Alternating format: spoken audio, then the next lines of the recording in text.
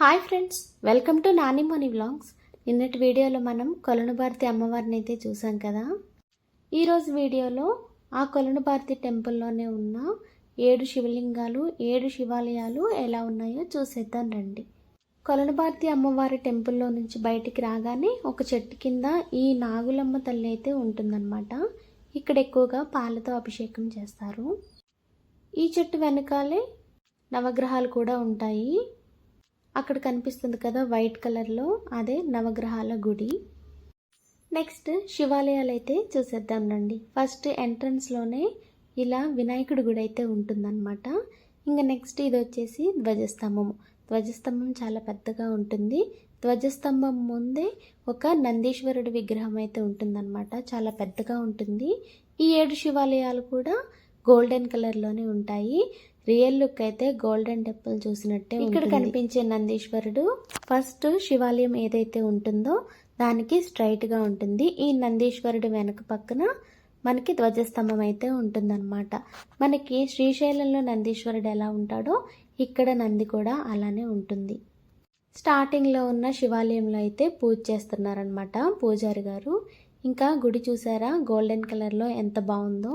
ఈ గుళ్ళన్నీ కూడా పూజ చేసేస్తారు ఫస్ట్ టైమే. ఇంకా అన్నీ క్లోజ్ చేస్తారు. ఎందుకు అనంటే కోతుల గోల ఎక్కువగా ఉంటుందని చెప్పాను కదా. కోతులు వచ్చి ఆ ప్రసాదాలు అవి తినకుండా ఉండాలని డోర్స్ అయితే క్లోజ్ చేస్తారనమాట. ఈ టెంపుల్ అంతా ఒక కొండకి దగ్గరలోనే ఉంటుంది. అంటే నల్లమల ఫారెస్ట్లో ఉంటుంది. రాత్రిపూట అయితే అడవి జంతువుల భయం కూడా ఉంటుంది. పగలు అవేమీ ఉండవు. ఓన్లీ కోతులే తిరుగుతాయన్నమాట. ఇక్కడ కనిపించే పూజారి గారైతే మొత్తం ఈ స్థలం యొక్క వివరాలు, ఈ గుడి ఎలా ఏర్పడింది అవన్నీ కూడా చాలా వివరంగా చెప్పారు. ఇక్కడ కనిపించే శివలింగం ఉంది కదా, ఇలానే ఆ 7 గుళ్ళలో శివలింగాలు కూడా ఉంటాయి. కార్తీక మాసంలో ఈ శివాలయాల దగ్గర చాలా విశేషంగా పూజిస్తారు. ఇంకా టెంపుల్ అంతా చుట్టూ వాతావరణం ఇలా ఉంటుంది. నిన్నటి వీడియోలో చెప్పాను కదా, ఇక్కడ వసంత పంచమి రోజు బాగా ఘనంగా చేస్తారు. ఇంకా కార్తీక మాసంలో కూడా భక్తుల రద్దీ చాలానే ఉంటుంది. ఈ 7 గుళ్ళే కాకుండా ఈ గుడి వెనుక ఇంకొక దేవుడు ఉంటాడు, విష్ణుమూర్తి అనమాట. ఇదే ఆ గుడి. ఇక్కడ ఎక్కువగా హోమాలు యాగాలు చేస్తూ ఉంటారు. ఇంకా ఈ గుళ్ళన్నిటి వెనుక ఒక కొలను అయితే ఉంటుంది. ఈ కొలను వల్లనే ఈ దేవుడికి కొలనుభారతి గుడి అని పేరు వచ్చింది. ఈ కొలంలో ఇదివరకు చాలా ఎక్కువగా నీళ్లు ఉండేవి. కానీ ఇప్పుడు పర్యావరణ విపత్తుల వల్ల వాటర్ అనేవి తగ్గిపోయాయి అన్నమాట. ఈ కొలంలో చాలా చేపలు ఉంటాయి. ఇంకా ఈ కొలంలో నీటిని తాగడం వల్ల ఎన్నో ఆరోగ్య ప్రయోజనాలు ఉన్నాయి.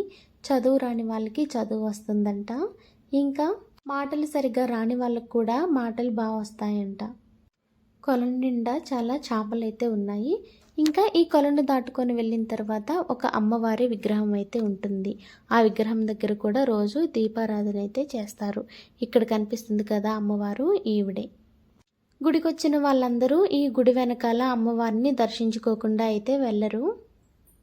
ఇంకా ఇక్కడ నుంచి 2-3 కిలోమీటర్ల దూరంలో వెళ్తే వాటర్ ఫాల్స్ ఉంటాయి. ఆ వాటరే ఇక్కడికి వస్తాయి అన్నమాట. ఇంకా ఈ అమ్మవారి దగ్గర నుంచి చూస్తే గుడంతా కూడా ఇలా చాలా అందంగా కనిపిస్తుంది. ఇంకా ఈ కొలనుభారతి పక్కనే ఒక జంట నాగులు అంటే సుబ్రహ్మణ్య స్వామి అంటాం కదా, ఆ దేవుడు ఉంటారు. చాలా బాగుంటుంది. గుడంతా కూడా వెనక నుంచి ఇలా ఉంటుంది. ఈ దగ్గరలో ఎటువంటి ఇల్లు ఉండవు. ప్రతి ఒక్కళ్ళు చూడాల్సిన ప్లేస్ అని అనిపిస్తుంది. ఈ గుడి చూస్తుంటే చాలా బాగుంటుంది. చాలా ప్రశాంతంగా ఉంటుంది. కోరిన కోరికలన్నీ కూడా నెరవేరుతాయి.